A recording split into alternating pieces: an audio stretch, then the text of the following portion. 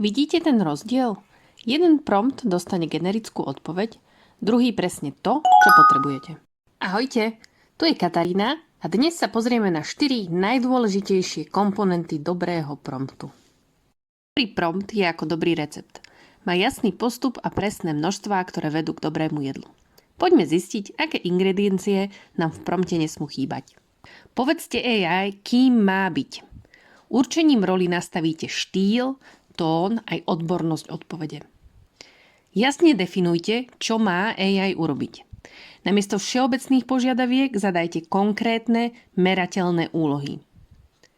Dajte jej všetky relevantné informácie, ktoré má pri riešení úlohy zohľadniť.